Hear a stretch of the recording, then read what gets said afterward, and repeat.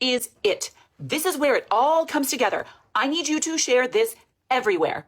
Tag every progressive media outlet that's been ignoring us and every Democrat that's been looking the other way. We will not be ignored anymore. We know exactly how they cheated. Fake counties and private companies tallying votes behind closed doors. I've been working with every election integrity group. I have banged on the door of every progressive news outlet to cover them, and they won't touch it.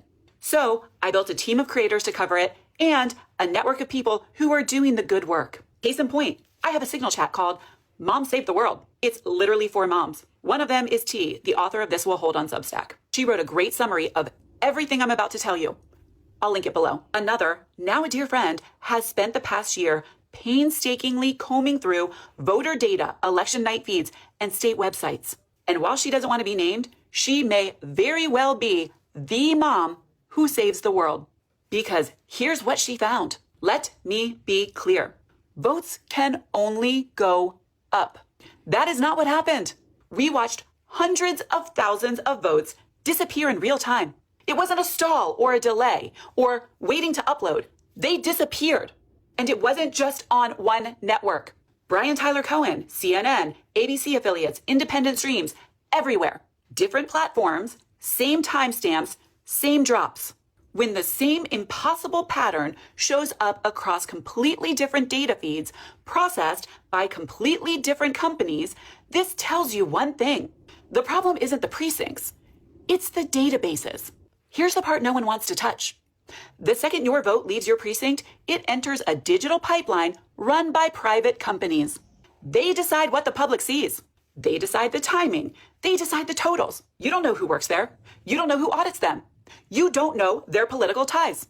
And you don't know who has back-end access. Apparently, Elon created an app, and he knew who won 4 hours before the results. So as the results were coming in, 4 hours before they called it, Dana White told me Elon was like, I'm leaving, it's over, Donald won. But these three companies, AP Votecast, Edison Research, and Decision Desk HQ, are the ones telling every network in America what the official results are on election night. And that's where everything cracked open. Because when my friend was painstakingly watching the feeds from election night, looking for the decreasing numbers, she spotted something else. Fake counties.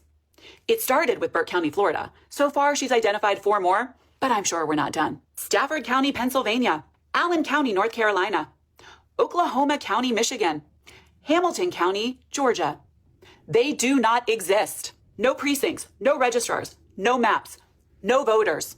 But somehow, they had vote totals in the millions. Let's stop pretending that this is normal. Here are my questions that no newsroom, no election board, and no data analyst has answered. Glitches don't create entire counties out of thin air. Glitches don't populate said counties with massive blocks of votes. Glitches don't just happen to match the volumes that vanished on live television.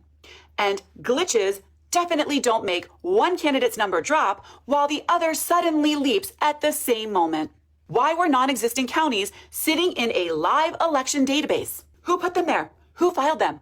Why did their numbers line up with the votes that disappeared on the screen? And how did those shifts hit multiple networks at the same time unless the central source that they all rely on changed? The real question is whether those changes carried through to the certified totals that changed the outcome of the election. There's evidence that they did. What we saw wasn't democracy. It was choreography.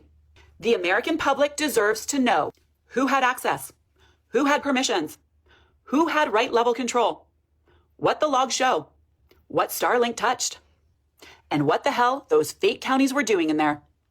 Until then, I'm looking at you, Hakeem. Don't tell us to trust the process. Show us the back end. Show us the code. Show us the data. Show us the truth. Let's go.